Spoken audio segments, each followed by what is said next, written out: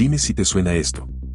Sales de casa decidido a hacer un rodaje suave, empiezas a trotar al ritmo más lento que puedes, pero a los 5 minutos miras tu reloj y las pulsaciones están por las nubes. En zona 3 o zona 4 y sientes que si vas más despacio te vas a quedar parado. Te frustras, aceleras y terminas el entrenamiento exhausto. Tranquilo, esto le pasa al 80% de los corredores populares. Y hoy te voy a decir la verdad que nadie te cuenta, no es que no sepas correr lento, es que tu zona 2 está completamente oxidada porque nunca la has entrenado. Estás atrapado en la zona gris del running, es a donde te cansas demasiado para mejorar tu resistencia, pero vas demasiado lento para ganar velocidad. En este video te voy a explicar por qué tu cuerpo se dispara de pulsaciones enseguida, cuánto tiempo exacto debes pasar en esta zona y el truco definitivo que debes aplicar si te es imposible trotar sin ahogarte. Prepárate, porque hoy vas a aprender a correr de forma inteligente. Para que lo entendamos de forma sencilla y sin tecnicismos médicos, la zona 2 es el ritmo de crucero de tu cuerpo. Es una intensidad ligera donde tu principal fuente de energía es la grasa y no el glucógeno muscular. ¿Cómo sabes que estás ahí sin mirar el reloj? Con el famoso test del habla, si puedes mantener una conversación completa con alguien sin dar bocanadas de aire, estás en zona 2. Entrenar aquí tiene 3 beneficios brutales para un corredor popular. El primero es que construye tu motor aeróbico.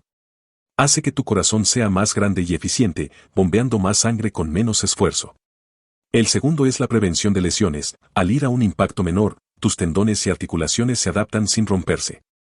Y el tercero es que acelera tu recuperación, permitiéndote asimilar mejor los días de series duras.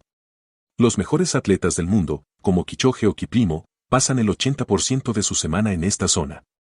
Sí, los maratonianos más rápidos del planeta corren la gran mayoría del tiempo muy despacio. Pero claro, aquí viene el gran problema. ¿Cuánto tiempo hay que pasar en esta zona para ver resultados? ¿Y qué pasa si tu corazón se dispara nada más dar 3 zancadas?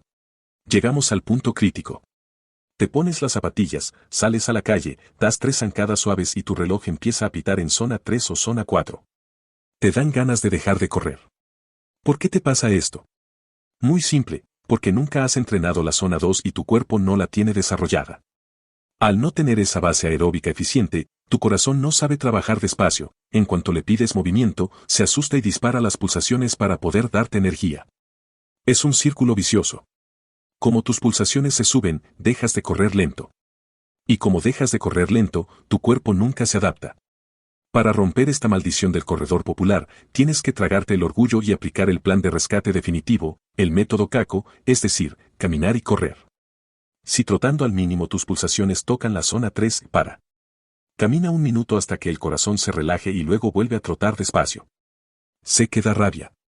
Sé que da vergüenza que te vean caminando por la calle o que tu ritmo en Strava se vea muy lento.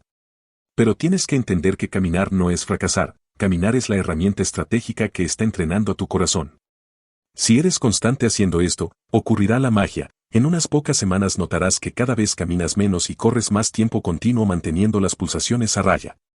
¿Y cuánto tiempo tienes que correr en zona 2 para que funcione? Para que tu cuerpo empiece a crear esas adaptaciones y a fabricar nuevos capilares sanguíneos, la sesión mínima debe ser de entre 40 y 60 minutos. Menos de 40 minutos apenas estimula esta vía aeróbica. Es mejor hacer 3 rodajes de 45 minutos a la semana en zona 2 que pegarte una paliza de hora y media un solo día. Pero ojo, correr lento requiere una técnica diferente a la de las series de velocidad. Si corres lento con mala postura, te vas a lesionar. El gran peligro de correr lento es que muchos corredores populares se relajan tanto que destruyen su técnica.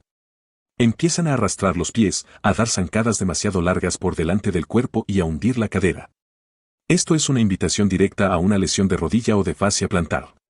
Para correr en zona 2 de forma eficiente, tienes que aplicar la regla de la zancada corta y alta cadencia. ¿Qué significa esto? Que tus pies deben dar pasos cortos y rápidos, intentando mantener una cadencia cercana a los 170 o 180 pasos por minuto, incluso yendo despacio. Imagina que el suelo quema y tienes que retirar el pie rápido.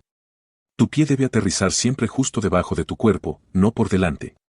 Así eliminas el efecto de frenado y el impacto en tus articulaciones se reduce al mínimo. El segundo truco es la postura. Mantén los hombros relajados, el pecho abierto para oxigenar bien los pulmones y los brazos braceando a 90 grados sin cruzar el eje del cuerpo. Si dominas esta postura, correr lento se sentirá fluido, natural y, sobre todo, no te dejará dolores al día siguiente. Mantén el foco en la técnica, sé constante con el caco y tu motor aeróbico se volverá indestructible. Muy bien, ya sabes qué es la zona 2, cómo controlar tus pulsaciones y qué técnica usar. Pero, ¿cómo se traduce esto en tu rutina real?